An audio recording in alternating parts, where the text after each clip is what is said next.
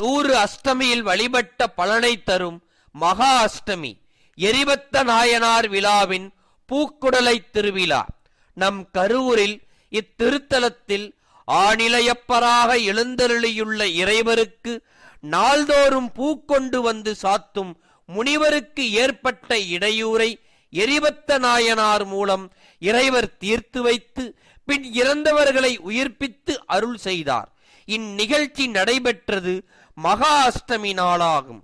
எனவே இந்த மகா அஷ்டமி நாளில் இவ்விழாவில் கலந்து கொண்டு விழாப்பந்தலில் வைக்கப்பட்டுள்ள மலர் குடலையில் பக்தர்கள் தங்கள் இடர்கள் நீங்க வேண்டி இடும் பூக்களை சுவாமியுடன் திருவீதி திருவலமாக கொண்டு வரப்பட்டு ஆடிலையப்பருக்கும் பைரவருக்கும் சாத்தப்பட்டு மகாதீபாராதனை நடைபெறும். இந்த மகா அஷ்டமி நன்னாளில் இங்குள்ள பூக்குடலையில் தங்கள் இடர்களும் குறைகளும் நீங்க வேண்டி மலர் இடுவோர் சுவாமியுடன் பூக்குடலைகளை வளமாக கொண்டு வரும்போது உடன் வந்து ஆநிலையப்பருக்கும் பைரவருக்கும் மலர் சாற்றுவதில் கலந்து கொள்வதால் தங்களின் இடர்களும் குறைகளும் நீங்க பெறுவதுடன் 100 அஷ்டமியில் வழிபட்ட பலனையும் பெறலாம்.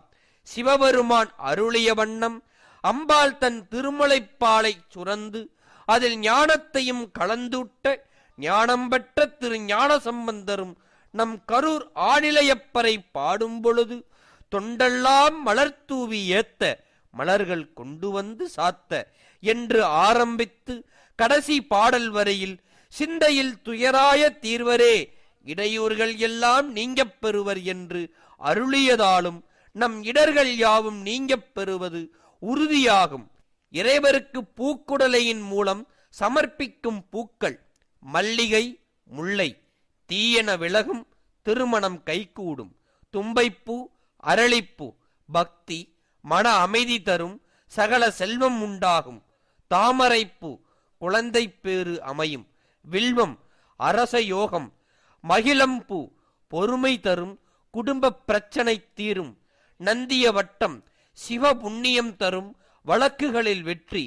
சங்குப்பூ ஜாதிப்பூ பெரும் செல்வம் தரும் உயர் பதவி நல்ல வேலை கிட்டும்.